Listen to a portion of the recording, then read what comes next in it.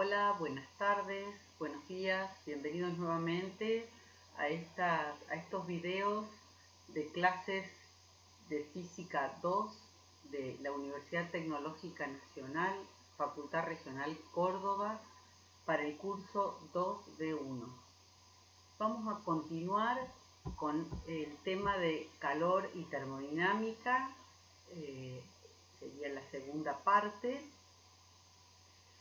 Seguimos agregando conceptos, particularmente vamos a decir hoy que, como ya vimos, la termodinámica es la parte de la física que estudia la energía térmica o calor y sus transformaciones, especialmente su transformación en trabajo. Para seguir adelante vamos a tener que realizar algunas definiciones de conceptos y de magnitudes para continuar con el primer principio de la termodinámica. Ya habíamos dicho que podemos aumentar la energía interna o temperatura de un sistema agregándole calor o haciendo trabajo sobre el sistema. También presentamos el experimento de Joule para demostrar que hay un equivalente mecánico de calor. En suma, el calor añadido a un sistema más el trabajo realizado sobre el sistema nos va a hablar de la variación de energía interna del sistema. Y esto es el primer principio de la termodinámica o la primera ley de la termodinámica. Hablamos de sistema, pero tendríamos que definir qué es un sistema.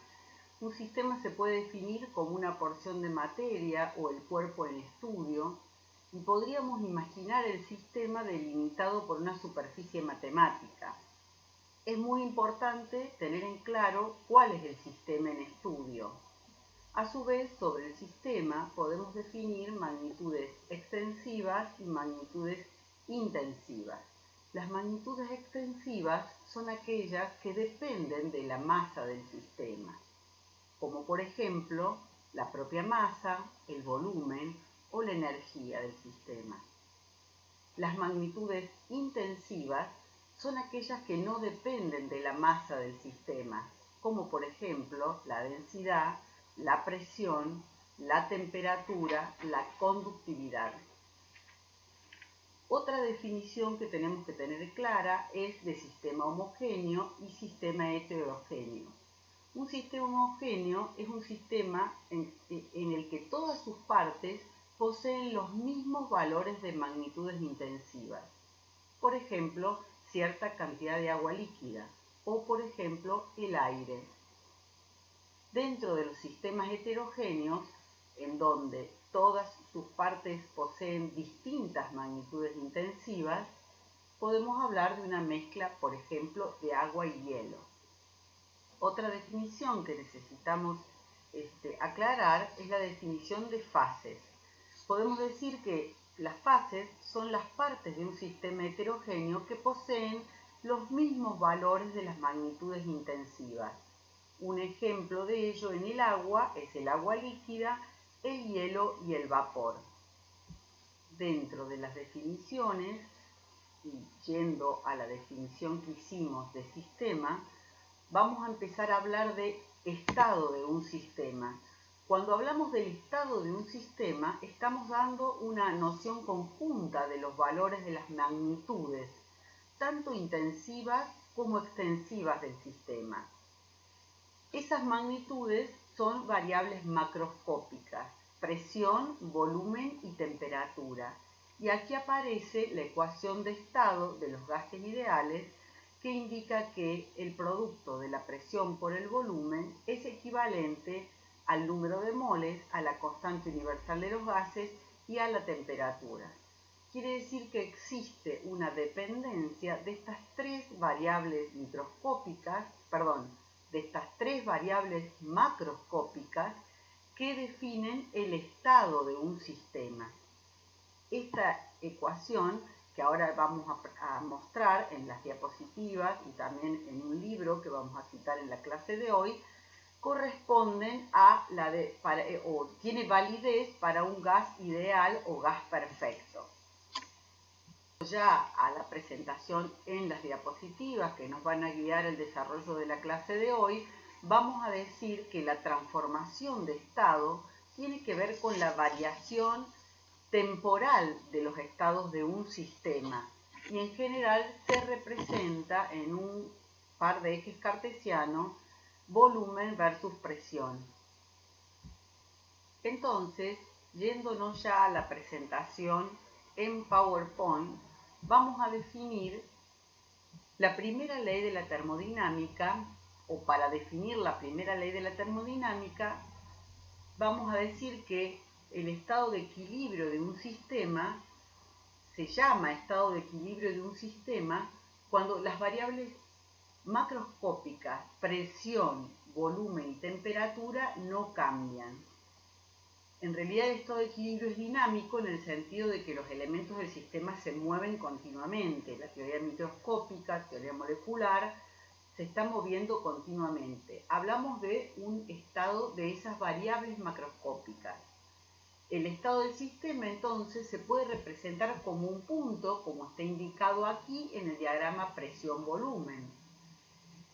Y la ecuación de estado es la que nos da la relación entre las variables presión, volumen y temperatura para un gas ideal, y es la que tenemos representada aquí, donde N es el número de moles del sistema y R es la constante de los gases, igual a 8,3143 en Joule, Kelvin y mol.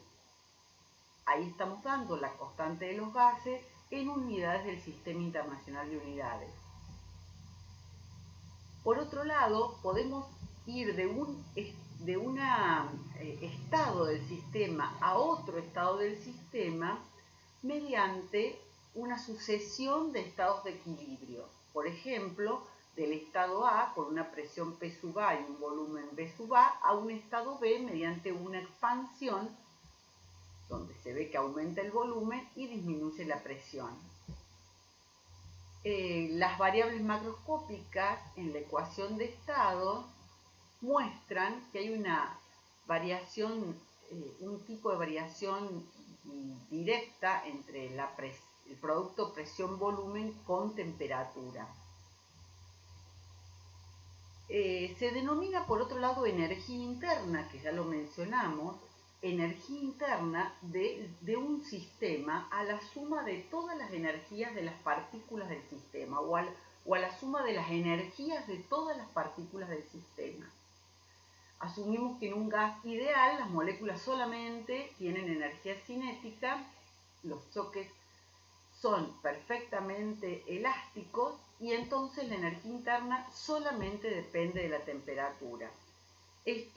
Podemos comprobar esto abordado desde la teoría molecular o teoría microscópica. Vamos a ver ahora el concepto de trabajo asociado al diagrama presión-volumen en un gas, luego de estas definiciones que hemos hecho y hemos presentado. Particularmente podemos decir que en muchos tipos de máquinas el trabajo se obtiene permitiendo que un gas se expansione contra un pistón o émbolo móvil. Por ejemplo, en una máquina de vapor, el agua se calienta en una caldera para producir vapor. A continuación, ese vapor produce trabajo cuando se expansiona y mueve un émbolo. De manera similar, en un motor de automóvil se provoca la ignición de una mezcla de vapor de gasolina y aire, originando su explosión. Es decir, estamos haciendo trabajo a través de un gas. Yendo particularmente a la diapositiva que tenemos ahora al frente, diríamos que vamos a definir trabajo mecánico hecho por o sobre el sistema. Si nosotros consideramos, por ejemplo, un gas dentro de un cilindro con un émbolo móvil, las moléculas del gas, si se fijan acá en el dibujo, están chocando contra las paredes cambiando la dirección de su velocidad. El gran número de colisiones por unidad de tiempo se puede representar como una fuerza que actúa sobre la superficie de toda la pared que contiene a este sistema, que contiene a este gas.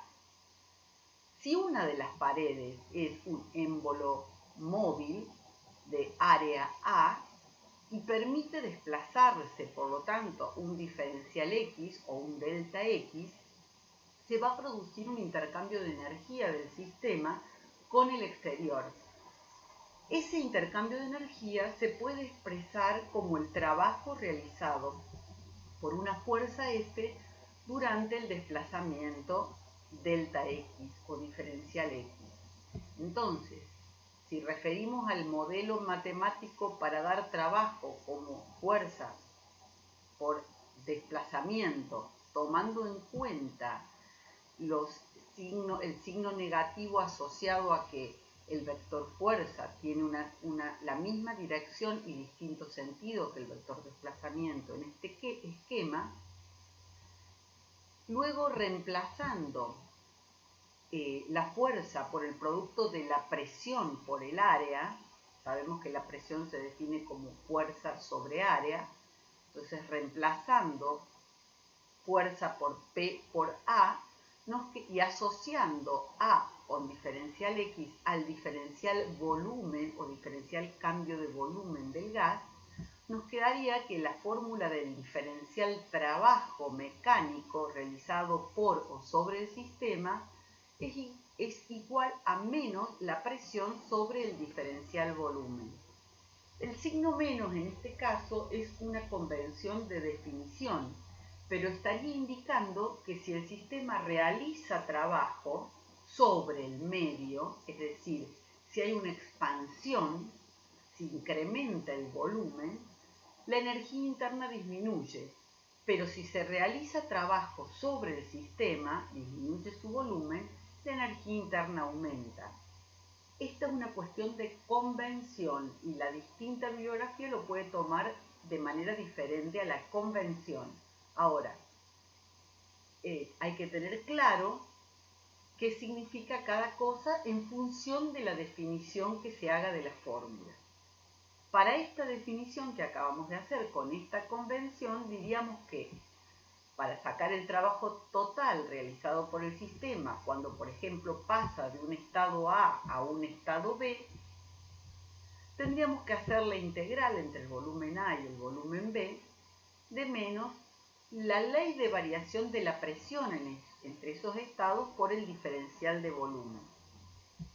En este caso, repetimos, la expansión daría un diferencial de volumen positivo, el gas estaría realizando trabajo y por lo tanto el diferencial de trabajo se considera como negativo. Para el caso de la comprensión, el diferencial de trabajo es negativo, se realiza trabajo sobre el gas, con lo cual el diferencial de trabajo es positivo, es decir, estaríamos aumentando la energía interna del sistema, en este último caso de una comprensión. De cualquier manera, insisto que es una cuestión de convención. Bien. Entonces estamos en condiciones en este momento de formular mediante una expresión matemática, mediante un modelo matemático, la primera ley de la termodinámica, diciendo que la suma de calor añadido al sistema más el trabajo realizado al sistema es igual a la variación de energía interna del sistema. Bueno, ya esto lo mencionamos un poco, si el sistema está en un estado A, si realizamos un trabajo sobre él, por ejemplo, comprimiéndolo para esta convención, habrá un aumento de la energía interna del sistema. Si a su vez ponemos un contacto térmico con otro sistema que esté a mayor temperatura, fluye una cantidad de calor sobre el sistema que estamos estudiando y aumentamos la energía interna. Entonces, en general, delta U, como tenemos en la expresión acá arriba, para la convención que acabamos de definir para el trabajo es Q más W, calor más trabajo, variación de energía interna. Si el sistema experimenta una transformación cíclica, es decir, parte de un estado y vuelve luego de una serie de transformaciones al mismo estado, por supuesto que el cambio de energía interna es cero. Delta U es igual a cero. En este caso, para que esto ocurra, por el principio de conservación de la energía, el calor que se le da al sistema tiene que ser igual al trabajo que el sistema entregue. Bien. Perfecto, entonces. Vamos a ver. Bien, en la gráfica que se dan a continuación se presentan tres transformaciones clásicas o típicas que se pueden realizar para ir de un estado de equilibrio A a un estado de equilibrio B. En el primer caso, tendríamos una transformación isobárica o isóbara, que es a presión constante. Entonces, la evolución que se hace de un estado inicial a un estado inicial B, se está hablando de una expansión, hay un aumento de volumen. Si fuéramos de B a A sería una compresión, en ambos casos isobárica porque es a una presión constante.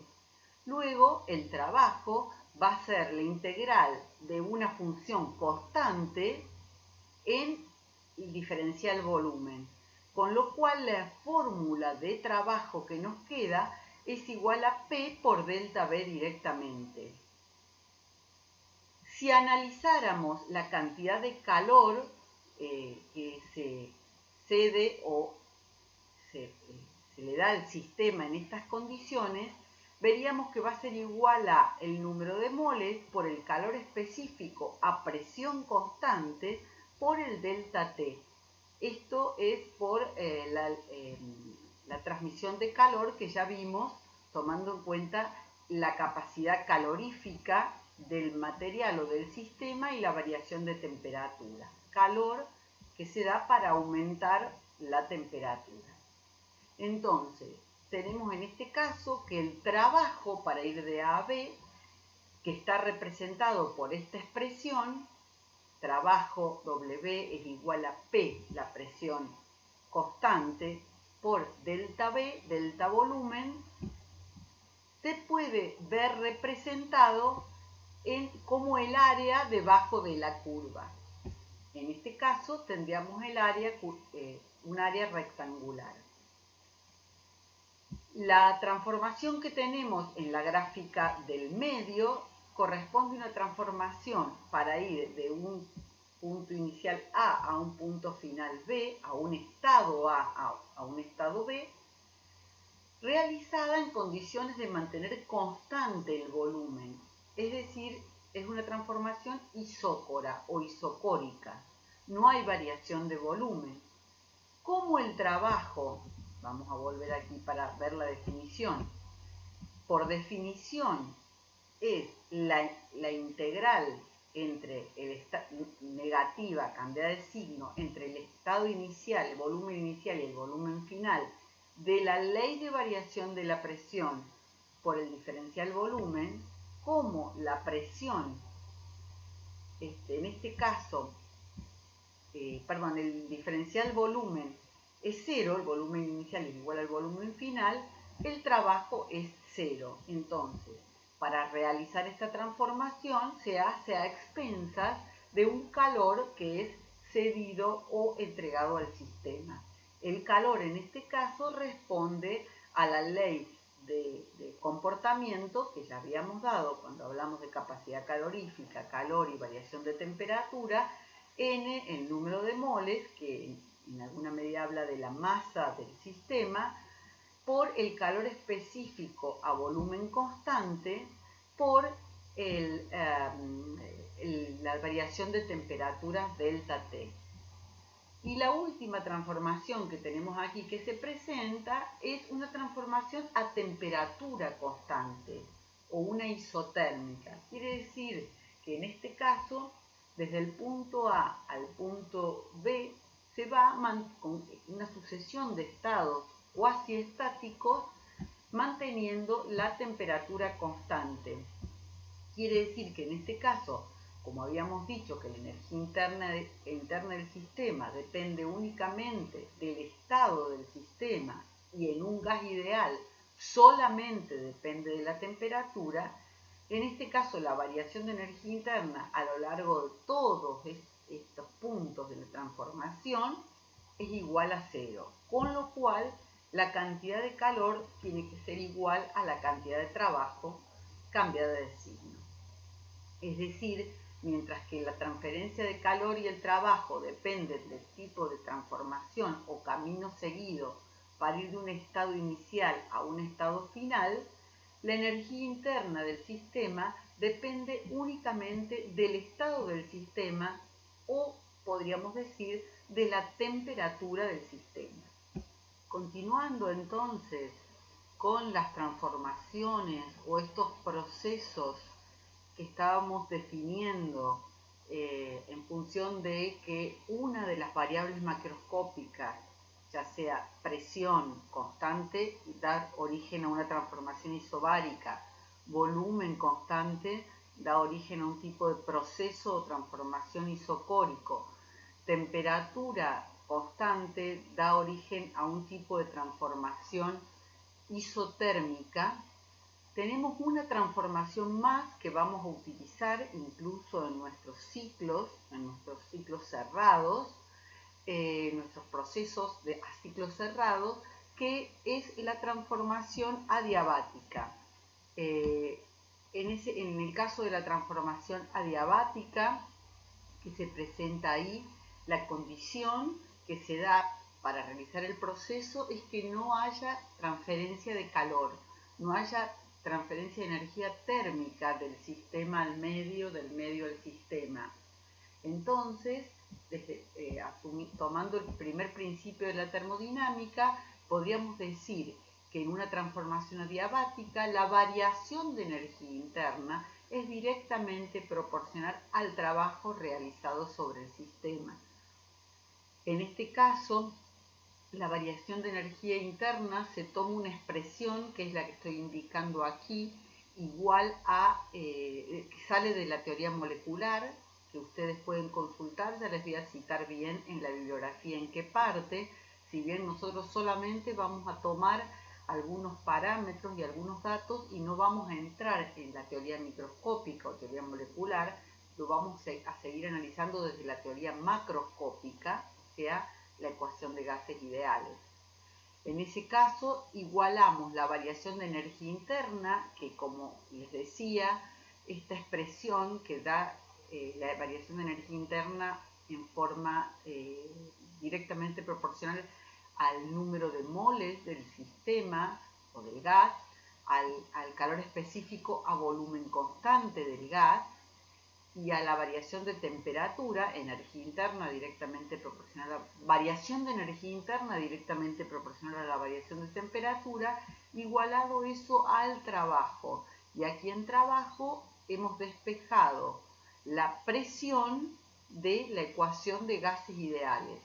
Entonces, haciendo esta transferencia de variables, integrando, llegamos a obtener una ley de variación propia de la transformación adiabática, donde va a aparecer un índice adiabático gamma del gas ideal, que está definido de esta manera, como aquí está definido de varias maneras, pero digamos podemos considerar como que es una relación entre los calores específicos a presión y volumen constante.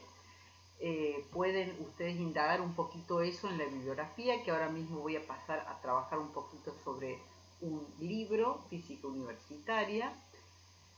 Pero para cerrar un poquito este tema y que ustedes luego puedan indagar con mayor profundidad en la bibliografía, vamos a decir que en una transformación adiabática se cumple que el producto de la presión por el volumen a la gamma es constante en cualquier estado de esa transformación adiabática. Tomando esta ley de variación, P por B a la gamma igual a constante, y reemplazando en la fórmula de trabajo que tenemos aquí abajo, nos queda que el trabajo resulta igual a esta expresión que aparece aquí como 1 sobre menos gamma más 1 por el producto de presión y volumen en el estado B o final menos presión y volumen en el estado A o inicial. Bien, Entonces, hablamos de 4 procesos o 4 tipos de transformaciones que vamos a utilizar para definir nuestros ciclos y trabajar con ellos con la primera y segunda ley de la termodinámica sobre sistemas.